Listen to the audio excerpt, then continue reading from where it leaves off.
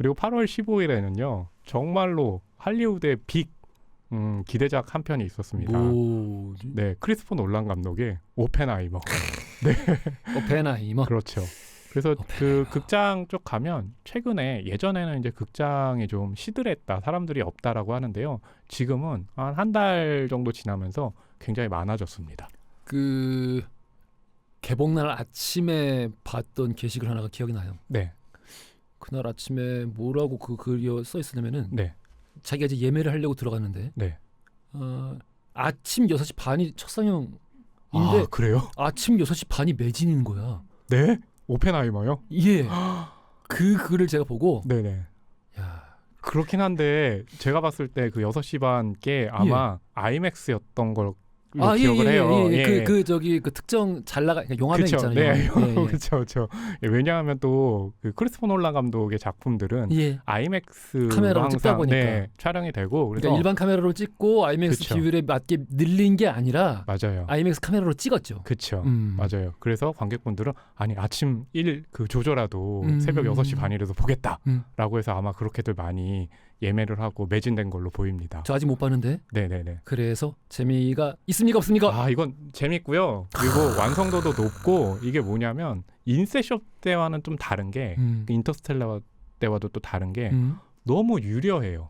영화적으로 유려해. 그렇죠. 그러니까 크리스토퍼 놀란 감독이 그 전 작품들은 막 되게 아이디어 넘치는 이야기 그리고 막 눈을 현혹하는 볼거리 있잖아요. 뭐 그건 기본이고요. 여기에 대해서 우리가 인물을 판단할 때 어떻게 판단해야 될까라는 거를 몇 개의 관점으로 보여주거든요. 역사적, 그러니까 지나간 인물, 그렇죠. 지금은 이제 존재하지 않는 맞아요. 지난 시간의 인물을 지금 시점에 와서 평가할 때 그렇죠. 어떻게 해야 할 것인가. 맞아요. 그러니까 이 사람은 정말 그냥 장인이구나. 네, 라는 생각이 들 정도로 빨리 보고 싶다. 네, 오펜하이머를 보게 되면 그런 느낌을 받게 돼요. 저는 사실 그 전기는 애저녁에 읽어서 그렇군요. 엄청 두껍던데요.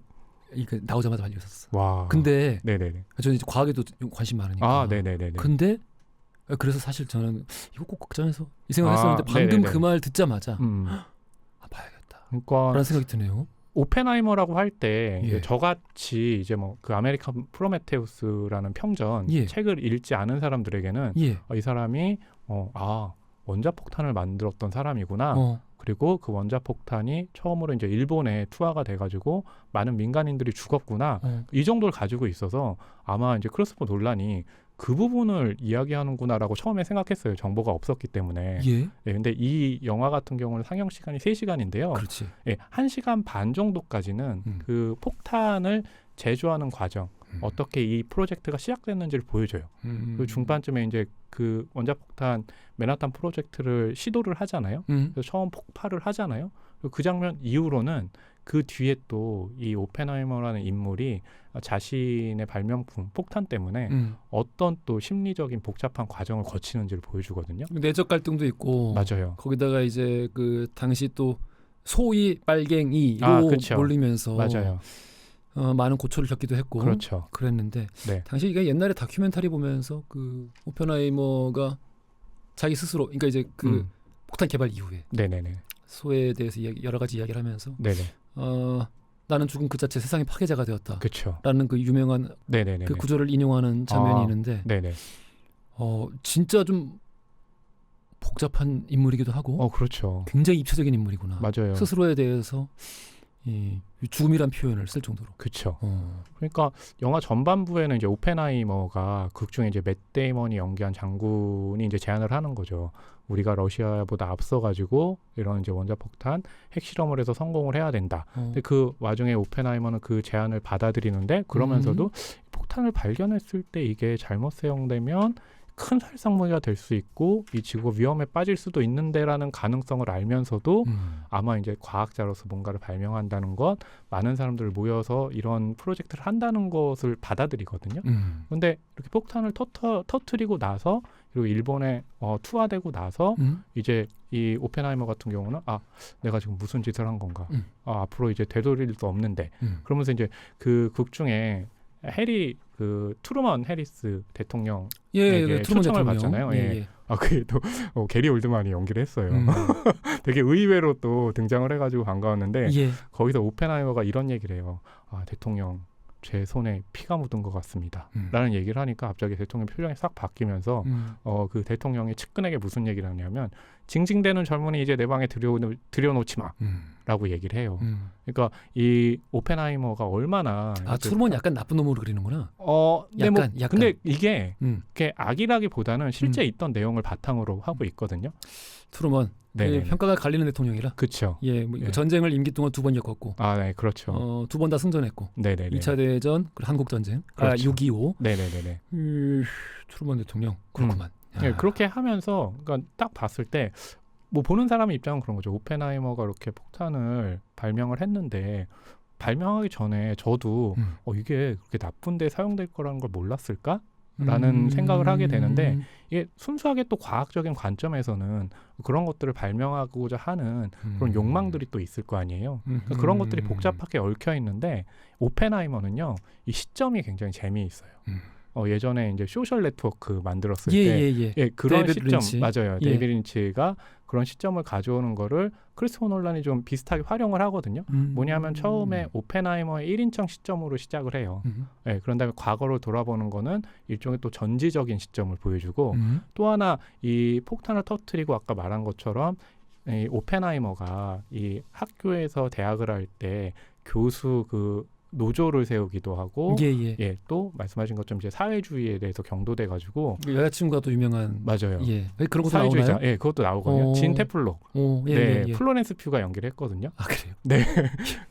그런 부분들 때문에 나중에는 굉장히 고초를 당하잖아요. 왜냐하면 원자폭탄 만들고 나서 수소폭탄도 만들자는데 이제 자신은 만들 수 없다라고 수소폭탄에는 하는데 반대했죠. 그렇죠. 그러니까 메카시즘 광풍이 불 때였는데 메카시즘 광풍이라면 이제 서로 막 아무 상관없는 사람들까지 그냥 어떤 거 학문적인 관점에서 그쵸. 사회주의를 바라봤던 사람들까지 맞아요. 그 소련의 스파이로 몰면서 그렇죠.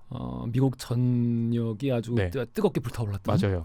그러면서 오펜하이머는 너무 좋은 먹잇감이 된 거잖아요. 그렇구만. 그래서 오펜하이머 지금 말한 어떤 내용들도 책이 잡히고 그리고 그 원자폭탄을 만들 동안 그 안에 스파이가 있었던 것 아니냐라는 내용까지도 포함이 돼 있어요. 그러니까 그런 것들을 세 개의 시점으로 얘기하는 데다 아까 제가 말씀드린 것처럼 전반부 1시간 반과 후반부 1시간 반이 다르다고 얘기를 했잖아요. 그러니까 인간은 복합적이잖아요. 그걸 복합적으로 보게 만드는 거죠.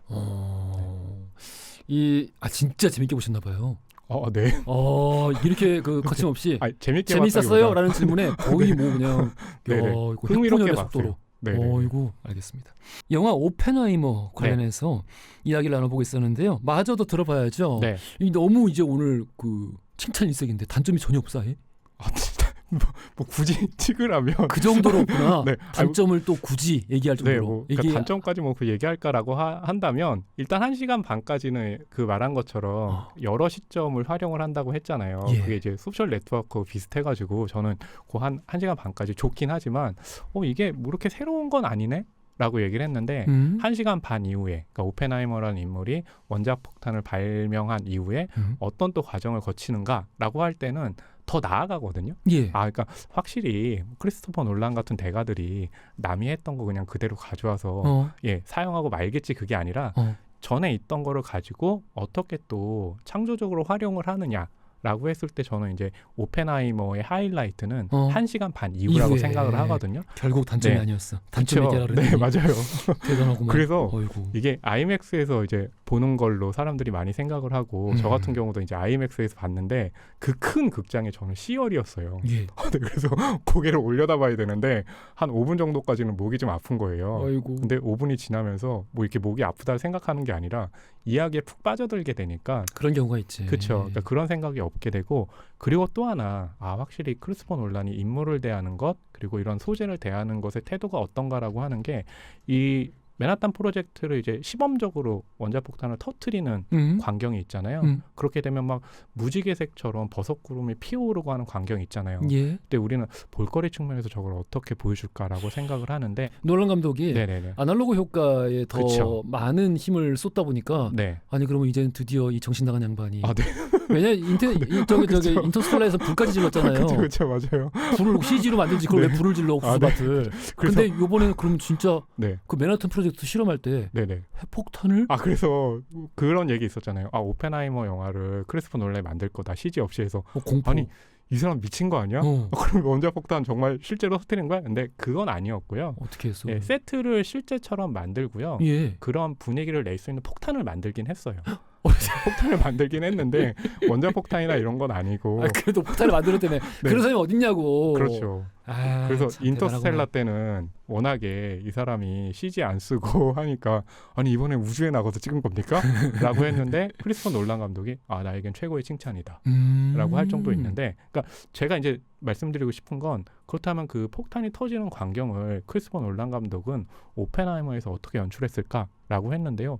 사실 크게 인상적이지 않게 연출을 했어요.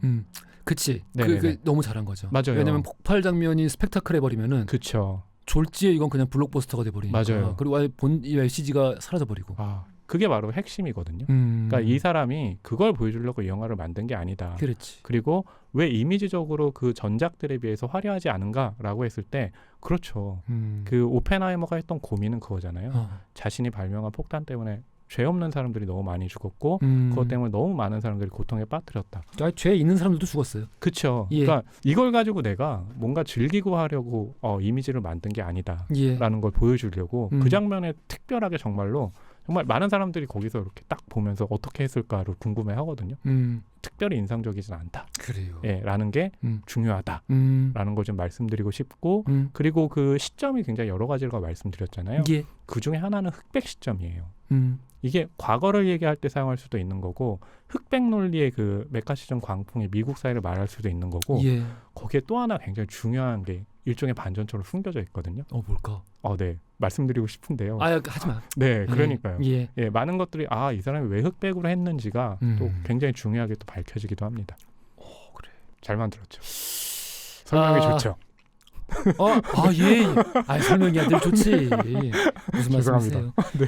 마지막으로 우리 그 배우 이야기만 잠깐 하고 짧게 하고 넘어갈게요. 네. 우리 또 다음 얘기 해야 되니까. 킬리언 머피 워낙에 유명했고 너무 사랑합니다. 네, 이 영화에는 정말 많은 배우들이 나오는데요. 플로렌스 퓨 아까 소개해줬고, 조시 하트넷도 나오고, 라미 말렉도 등장을 하고, 게리 올드만도 나오고, 근데 이 중에서 정말 눈에 띄는 배우는 로버트 다우니 주니어입니다. 예. 오펜하이머와 함께 프로젝트를 처음에 진행하면서 제안하지만 이제 수소폭탄을 만들지 않는다고 했을 때 척을 지게 되거든요. 그러니까. 로버트 다우니 주니어가 이 크리스토퍼 놀란 감독이 처음 출연하는 것이기도 하고, 사실성을 살리기 위해서 머리를 삭발하고, 그러니까 이마에 이제 머리가 없는 스타일이거든요. 그리고 또 저기 그 이야기 속에서 악역이잖아요. 그렇죠. 그걸 딱 보는데 정말로 뛰어난 연기. 그렇구나. 그리고 마블 영화에 계속 연달아 출연하면서 다른 배역에 대한 배고픔이 얼마나 컸을까라는 것도 좀 확인할 수 있더라고요. 연기자라는 걸로도 유명했던 사람인데. 맞아요. 채플린 보셨어요? 네. 그걸로 어마어마하죠. 아카데미 연기상 받기도 했고. 네네네. 어마어마하지. 맞아요. 알겠습니다. 저는 또 개인적으로 킬리언 머피 너무 그냥 완전 슈퍼 광팬이라서. 그렇죠. 크리스토퍼 놀란 감독의 영화에 꾸준히 나왔지만 근데 항상 큰 역은 아니었잖아요. 네. 오펜하이머에서 정말 다채로운 모습 보여줍니다. 그렇군요. 네. 기대하겠습니다. 오펜하이머. 자, 기대하면서 우리 또 다음 OTT 신작 이야기로 넘어가 볼까요? 그렇죠. OTT. 극장가에서는 오펜하이머가 기대작이라고 많은 사람들이 관심을 모았다면 지금 OTT에서는 한국의 드라마죠. 강풀 원작의 무빙이라는 작품이 또 관심을 모으고 있습니다. 그래서 준비를 했습니다. 무빙. 디즈 땡 플러스에서 서비스 되고 있고 청소년 관람 불가 등급이에요. 네. 디사 OTT의 작품이고. 네. 이게 청불이었어? 네, 청불이더라고요. 이게 청불이 이유가? 잔인한 장면들이 꽤 있어요. 그럼 뼈 부러지는 장면 때문에 그런가? 잠시만요. 몇 개 있긴 한데 딱히 뭐. 네. 뼈도 부러지고, 막 이렇게 차가 막 사람을 치고 지나가는 모습을 막 자세히 보여주기도 하고 그렇습니다. 알겠습니다. 네. 우리 무빙. 네. 어때요? 그 좀 전반적으로 반응이 좋은 편이죠? 일단은 반응은 좋은 편이고 초반에 7개 에피소드가 먼저 공개가 된 후에 매주 수요일에 이제 2개씩 오픈이 되고 있는데요. 사람들이 예전에 이 디즈땡 플러스에서 했던 드라마들이 생각보다 그렇게 관심이 많았던 작품이 많진 않았잖아요. 조금씩 아쉬워가지고. 그렇죠. 최민식 배우가 출연했던 이제 카지노. 그때부터 좀 붙기 시작했죠. 맞아요. 그거보다 훨씬 더 많은 분들이 이제 이 무빙을 보고 있고 또 무빙이 공개되고 나서 아시아권에서 디지땡 플러스의 작품 아시아권에서 이제 1위를 하고 있기도 하거든요. 그만큼 이제 관심을 모으고 있고 이 작품 같은 경우는 그거죠. 그러니까 이 초능력을 가지고 있는 인물들, 특히 이 고등학생들을 위주로 펼쳐지는데 그 학교가 말하자면 이 국가기관에서 초능력을 갖고 있는 인물들을 양성하는 일종의 양성소처럼 네. 예, 활용이 되고 있는 거예요. 근데 그들 고등학생들이 갖고 있는 재능은 또 부모들이 갖고 있기도 하는데요. 예, 그 부모들은 이 아이들이 유전이죠, 유전. 그렇죠. 위험에 처할까봐 어떻게든 악의 세력으로부터 이제 구하려는 이야기를 담고 있는 게 바로 무빙이고요. 무빙 보면은 그런 생각 들어요. 아, 이게 한국형 슈퍼히어로 이야기구나라는 생각도 들고 왜? 뭐 기묘한 이야기였던 버전이라는 생각도 들고 이런 방식도 엑스맨 같은 경우도 있잖아요. 이게 한국에서 펼쳐지면 어떤 모습일까라고 했을 때 이제 무빙이 좀 그런 모습이 아닐까. 한국에서 펼쳐지면 수능을 봐야죠. 아, 네. 그래서 수능 그 고사가 며칠 남았다라고 그렇지. 하는 네, 설정도 나오지만 예, 직접적으로 수능을 치르는 장면은 나오진 않죠. 네. 아, 그래. 맞다. 그 시험장 장면은 안 나오더라. 네, 그렇죠. 재밌게 봤어요. 맞아요. 네. 몇 가지 좀 아쉬움도 있긴 하지만 네네네. 전반적으로 아주 재밌게 봤습니다. 그러니까 이게 처음에 그 작품을 시작하려고 할 때 이제 연출자는 킹덤 2의 그 연출을 맡고 또 모비딕이라든지 특별시민 영화를 만들었던 이제 박인재 감독이 연출했는데요. 네. 처음에 이제 12부작을 시작했다가 20부작으로 늘리게 됐는데요. 그 배경에 대해서 이제 또 설명을 해드리겠습니다. 일단 그 처음에 12부작으로 제작사에서는 요구를 했는데 20부작으로 했다. 그렇죠. 네, 원작자가 이제 강풀 작가인데 강풀 작가가 또 각본도 맡았어요. 근데 12부작이 아니라 자신은 하고 싶은 얘기가 더 있다. 20부작으로 해야지만 자신은 참여할 수 있다라고 하면서 20부작으로 늘었고요. 그러면서 방대해졌잖아요. 그러니까 출연하는 배우들의 면모도 굉장히 방대해요. 지금 노래를 듣고 나온 이제 한효주 배우 같은 경우는 예전에 한효주 배우라고 하면 뭔가 이렇게 로맨스라든지 또 홀로 적극적으로 움직이는 모습이라든지 이런 캐릭터를 맡아왔다면 이번에는 엄마 역할로 나와요. 그냥 지키는 사람. 그런 지키는 사람이기도 하고 왕년에 엘리트 요원이었거든요. 그래서 이제 오감이 굉장히 발달해 있어요. 근데 아들이 몸무게는 굉장히 가벼운데 계속해서 하늘로 올라가는 능력을 가진 인물로 나오거든요. 사실상 이제 주인공이죠. 그렇죠. 예. 그리고 한효주 그 극중 한효주의 남편 역할 또 하늘을 나는 능력을 가졌는데요. 조인성 배우가 맡았습니다. 이번 시즌에 한 3초 나온 거예요? 그 7화에서 이제 잠깐 나온 다음에 8회부터 이제 본격적으로 이제 등장을 하거든요. 예. 그리고 그 아들을 이정아 배우가 연기한 이제 봉석이라는 인물인데요. 이 봉석이가 이제 학교에서 또 뭔가 이렇게 썸을 타는 그런 여학생이 있어요. 고윤정 배우가 연기를 했는데요. 사랑합니다. 아, 네. 잠깐. 갑자기 미성년자인가? 네. 아니요, 그렇진 않아요. 다행이다. 그렇진 않습니다. 사랑합니다. 20대 중반이에요. 감사합니다. 네. 근데 이제 고등학생 역할로 나오는데 그녀의 역할은 뭐냐면 그의 능력은 뭐냐면 상처를 입어도 바로 치유가 되는. 언브레이커블 같은 느낌이에요. 그쵸. 그 아버지도 그렇고. 맞아요. 울버린도 그런 그 능력을 가지고 있었는데 그 아버지는 또 유승용 배우가 연기를 했어요. 그렇습니다. 네. 그러니까 굉장히 다양한 인물이 나오는데 20부작으로 늘어났으면 그럼 원작하고 뭐 크게 다르지 않은가라고 생각하고 아니면 좀 다른 부분이 있지 않을까라고 생각을 하는데요. 새로운 인물들이 또 추가가 됐어요. 새로운 인물. 네, 그러니까 프랭크라고 해서 유승범 배우가 연기를 했는데요. 네, 미국에서 이제 한국의 국가 요원으로 활용했던 이런 초능력자들, 은퇴한 초능력자들을 제거하는 역할을 하면서 또 자신의 이제 과거를 드러내는 인물을 연기하기도 했고 또 새로운 인물로 이 OTT에 나오는 인물이 차태원 배우가 연기했는데요. 전기맨이에요. 그러니까 말하자면 배터리를 손에 들고 있으면 그 전기를 가지고 초능력을 발휘하는 인물인데 아버지가 프랭크에게 숨지는 일이 발생하거든요. 그렇습니다. 그래서 이제 복수하는 그 역할을 또 맡기도 한 게 차태원 배우고요. 이외에도 뭐 김성균 배우도 출연을 하고 아버지 역할로 나오죠. 네, 그렇죠. 굉장히 많은 또 배우들이 또 출연을 했습니다. 이거 너무 많이 나오니까 네네. 한 명 한 명 또 이제 사연들이 나오잖아요. 그렇죠. 이런 것도 재미도 있는데 조금 그 길다라는 느낌이 중간에 좀 들기도 했었고. 네. 그래서 초반에 뭐 이런 느낌 들잖아요. 그러니까 첫 장면이 이 극 중에 봉석이 하늘을 나는 능력이 있는데 우주에 올라가 있어가지고 그 1인칭 시점으로 그렇죠. 세상을 보는 모습인데 저런 능력들이 좀 많이 나왔으면 좋겠다. 어떻게 구현됐을까 그러는데 뭐 나오긴 하는데 초반에는 좀 더 보여주지 이렇게 사연에 집중하다 보니까 그래서 그런 아쉬움이 좀 있긴 했거든요. 그러니까 일단 극 중에서는요 이 봉석과 그 학교에서 뭔가 썸을 타는 그 두 사람 청춘의 이야기들을 많이 강조를 하면서 시작이 돼요. 그래서 한 7회 이후부터 많은 능력들 잔인한 모습들 그런 것들이 이제 많이 등장을 하죠. 그렇군요. 네. 잔인한 걸 좋아하시는군요. 잔인한 걸 좋아한다기보다는 그러니까 아마 그런 의도가 있었던 것 같아요. 그러니까 이 초능력자를 가졌는데 이 사람들이 또 약자고 소외자잖아요. 이런 사람들이 얼마나 그 세상에서 좀 힘든 삶을 사는지 그런 것들을 좀 잔인한 장면으로 시각화해서 보여준 것이 아닌가 하는 생각이 들더라고요. 저는 내가 그러면 9화까지 본 건가? 네. 조인성 씨 잠깐 이제 처음 등장하는 그게 7화. 그게 7화예요? 네, 7화까지 본 것 같은데. 네네.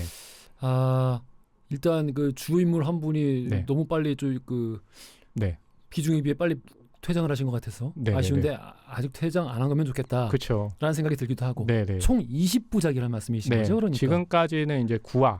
9개 에피소드가 이제 공개가 된 상황이거든요. 그렇군요. 네, 아직도 멀었습니다. 오호. 더 가야 합니다. 그래요. 지금 뭐 보고 계시는 많은 분들이 아주 즐거워하시는 시청자분들이 계십니다. 그렇죠. 워낙에 그 많은 배우들이 나오고 이 배우들이 등장을 할 때마다 저 배우들은 극 중에서 좀 어떤 능력을 가졌을까 이런 것들을 굉장히 좀 궁금해하잖아요. 그렇기 때문에 그런 능력이 이미지적으로 좀 어떻게 발현될까 그 이제 폭발하는 지점이 아마 더 많이 등장하지 않을까 생각을 하거든요. 그러면서 훨씬 더 많은 좀 관심을 모으겠죠. 그리고 이게 그 디지땡 플러스에서 정말로 엄청나게 기대를 하고 대규모의 이제 제작비가 투입이 된 거예요. 거의 500억 원 가깝게 투입이 됐거든요. 장난 아니구만. 그렇죠. 이게 뭐 한국 영화에서도 500억으로 하기가 이 제작비를 가지고 만드는 게 쉽지가 않잖아요. 왜냐하면 그렇게 제작비가 투입됐다는 건 한국 시장만 노리는 게 아니라 전 세계 그럼요. 시장을 바탕으로 해야 되거든요. 요즘 뭐 OTT에 출시되는 우리나라 콘텐츠 중에 한국 그 내수만 생각해서 만드는 작품들이 거의 없죠 이제. 그러니까 오징어 게임 시즌 1 같은 경우가 267억 원인가 그렇게 들어갔어요 제작비가. 네. 그러니까 지금 같은 경우 물론 이제 20부작이기 때문에 뭐 훨씬 더 많이 들어갈 수도 있지만 500억 원이라는 건 정말로 엄청나게 많은 공을 들였다라고 할 수 있는 거고 그래서 그런지 몰라도 이게 한국 그 작품에서 좀 보기 드문 광경들 있잖아요. 가령 극 중에서 이제 봉석이가 계속해서 엄마는 이 봉석이를 지키기 위해서 이 능력을 발휘하지 못하게 하늘 못 날아가게 하기 위해서 뭐 가방에 막 철근이라든지 이런 거 많이 그런 대목들이 있지. 근데 얘가 이제 그걸 벗고 하늘을 나는 장면들이 있어요. 그 장면들은 굉장히 좀 보기 드문 장면에서 좋더라고요. 좋았어. 네. 자, 우리 OTT 신작으로 무빙 함께 해봤습니다. 재밌었어요. 네, 오늘 큰 영화들 아무래도 이제 여름 시즌이다 보니까 기대작들이 많아가지고 작품 위주로 소개를 하게 되네요. 알겠습니다. 네. 자, 우리 허신의 시네마 지금까지 허나몽 평론가였습니다. 감사합니다. 감사합니다.